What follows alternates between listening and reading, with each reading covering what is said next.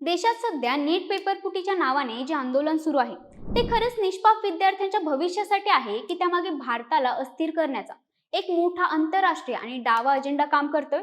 आज आपण या आंदोलनातील पडद्यामागची धडपड, यात उडी घेतलेले चेहरे आणि निर्माण झालेले अनेक गंभीर प्रश्न यावर सविस्तर बोलणार आहोत. त्यामुळे व्हिडिओ शेवटपर्यंत नक्की पहा, कारण सत्य ठक्क करणार आहे. नमस्कार, मी वृंदा लासे आणि कॅमेरावर आहे साक्षात सावंत. सगळ्यात आधी समजून घेऊया की सोनम वांचुक नक्की कोण आहेत. सोनम वांचुक हे लडाखमधील एक प्रसिद्ध शिक्षण तज्ज्ञ, पर्यावरणवादी आणि नवसंशोधक आहेत. थ्री इडियट्स चित्रपटातील फुनसुक वांगचुक हे पात्र त्यांच्यावरूनच प्रेरित होतं असं म्हटलं जातं. त्यांनी लडाखमध्ये पाणी टंचाई दूर करण्यासाठी आईस ट्रुपा बनवले, ज्यासाठी जगभरात त्यांचं कौतुक झालं. पण गेल्या काही काळापासून ते लडाखला 6व्या अनुसूची अंतर्गत विशेष दर्जा मिळावा म्हणून आंदोलन करत आहेत. पण आता प्रश्न असा आहे की लडाखच्या पर्यावरणासाठी लढणाऱ्या या माणसाचा वापर देशातील शिक्षण व्यवस्थेविरुद्ध आणि सरकारविरुद्ध ढाल म्हणून केला जातोय का?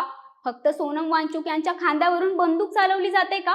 कारण सीजेपीच्या आंदोलनात एक मोठी विसंगती समोर आली. सीजेपीचे संस्थापक अभिजित दिपके यांनी सोशल मीडियावर आवाहन केलं की सोनम वांचुक यांच्यासाठी 1 दिवसाचे लक्षणीय उपोषण करा. पण ग्राउंडवरची परिस्थिती काहीतरी वेगळंच सांगते. स्वतः वांचुक गेल्या 18 दिवसांपासून उपोषणावर बसले, पण इतर आंदोलक आणि कार्यकर्त्यांसाठी मात्र तिथे दिवसातून 3 वेळा भरपेट आणि शाही जेवणाची सोय केली जाते. त्यामुळे आता वांचुक उपाशी आणि दिपके तुपाशी असं म्हणण्याचीच वेळ आली. आता येऊया या आंदोलनातील सर्वात वादग्रस्त भागाकडे. या आंदोलनात आघाडीवर दिसते ती म्हणजे कॉक्रोच जनता पार्टी. पण आश्चर्य म्हणजे ज्या विद्यार्थ्यांच्या भविष्याचा हा लढा आहे, तिथे मूळ नीट परीक्षा दिलेले विद्यार्थी फारसे दिसतच नाहीयेत. मग दिसतंय कोण? तर इथे दिसतायत डाव्या विचारसरणीचे नेहमीचे चेहरे. अरुंधती रॉय, काश्मीरला भारतापासून वेगळं करण्याची भाषा करणाऱ्या, देशाच्या सार्वभौमत्वावर प्रश्नचिन्ह निर्माण करणाऱ्या अरुंधती रॉय विद्यार्थ्यांच्या आंदोलनात काय करतायत? कुणाल कामरा, कॉमेडीच्या नावाखाली केवळ राजकीय प्रहार करणारे कुणाल कामरा इथे काय करतायत? आणि अजून एक नाव म्हणजे ध्रुव राठी. हे तर भारतातही नसतात, मग व्हिडिओ कॉलच्या माध्यमातून का होईना यांचा सहभाग का? विद्यार्थ्यांच्या खांद्यावर बंदूक ठेवून सरकारवर दबाव आणण्याचा आणि स्वतःचं राजकारण साधण्याचा हा प्रयत्न स्पष्ट दिसतोय. डाव्या विचारसरणीच्या या लोकांची विधानं नेहमीप्रमाणे सरकार विरोधी वातावरण तयार करण्यापुरती मर्यादित आहे, विद्यार्थ्यांच्या न्याय हक्कासाठी नाही.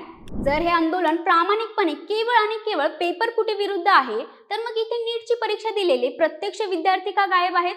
आणि त्याहूनही गंभीर बाब म्हणजे नीटसाठी सुरू असलेल्या आंदोलनात धार्मिक घोषणा का दिल्या जात आहेत?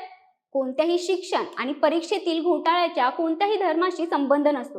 मग अशा आंदोलनात धार्मिक रंग भरून नक्की कोणाचे ध्रुवीकरण करण्याचा प्रयत्न चाललाय? त्याहूनही पुढे जाऊन काही आंदोलकांकडून थेट श्रीलंका, बांगलादेश आणि नेपाळ सारखी भारताची स्थिती करू अशा घोषणा दिल्या जात आहेत. या घोषणांचा अर्थ काय? श्रीलंकेत काय झालं? जनतेने राष्ट्रपती भवनावर ताबा मिळवला, अराजकता माजवली, देश कंगाल झाला. अर्थातच यात आंतरराष्ट्रीय संबंध होतेच. बांगलादेशचं काय झालं? हिंसक आंदोलकांनी सत्ता उलटावून लावली, मोठ्या प्रमाणावर रक्तपात झाला. नेपाळमध्ये देखील काही वेगळं चित्र नाही. पण या तिन्ही देशांची परिस्थिती आता काय आहे? आता भारतात विद्यार्थ्यांच्या नावाखाली अराजकता माजवण्याचा एक घाणेरडा प्रयत्न या डाव्यांकडून सुरू आहे. आता प्रश्न येतो सीजेपीचा, अजून अधिकृत नोंदणी का नाही? जी संघटना विद्यार्थ्यांच्या हक्कासाठी एवढा मोठा लढा लढत असल्याचा दावा करते, तिची अजूनही अधिकृत नोंदणी का झालेली नाही? कोणतीही पारदर्शकता न ठेवता आंदोलन कसं चाललंय? पर्याय किंवा उपाय का नाहीत?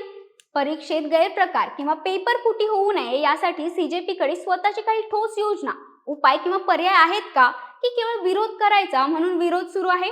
शिक्षकच पेपर फोडत असतील तर काय? आतापर्यंतच्या तपासात अनेकदा समोर आले की काही भ्रष्ट शिक्षक, कोचिंग क्लासेसचे लोक पेपर फुटी मागे सामील असतात. जर ज्ञान देणारे शिक्षकच पेपर फोडत असतील तर त्यावर सीजेपीकडे काही उत्तर आहे का? आंदोलकांची एकच मागणी आहे की केंद्रीय शिक्षण मंत्री धर्मेंद्र प्रधान यांनी राजीनामा द्यावा.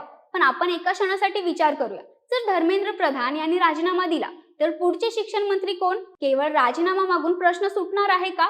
शिक्षण क्षेत्रात आमूलाग्र बदल घडून आणण्यासाठी, पेपर फुटी रोखण्यासाठी संपूर्ण यंत्रणेत सुधारणा करण्याची गरज आहे, ना की फक्त चेहरे बदलण्याची. पण आंदोलकांकडे यावर कोणतीही ठोस पर्यायी नावे किंवा धोरणे उपलब्ध नाही. पेपर फुटी हा देशातील लाखो विद्यार्थ्यांच्या आयुष्याशी खेळ आहे आणि त्यावर कडक कारवाई झालीच पाहिजे, यात तीळ मात्र शंका नाही. पण जेव्हा विद्यार्थ्यांच्या या वेदनेचा वापर करून काही डावे विचारसरणीचे लोक, नोंदणी नसलेल्या संघटना आणि वादग्रस्त चेहरे देशात अराजकता माजवण्याचा प्रयत्न करतात, तेव्हा सतर्क राहणं गरजेचं आहे. वांचुक्यांचे उपोषण, जीवनावळी उठवणारे त्यांचे कार्यकर्ते, धार्मिक घोषणा आणि राजकीय अजेंडा या सगळ्यात मूळ विद्यार्थी मात्र बाजूला पडला आहे. तुम्हाला काय वाटतं, हे आंदोलन खरंच विद्यार्थ्यांसाठी आहे की यामागे केवळ एक राजकीय खेळ आहे? तुमच्या प्रतिक्रिया आम्हाला कमेंटमध्ये नक्की कळवा. धन्यवाद.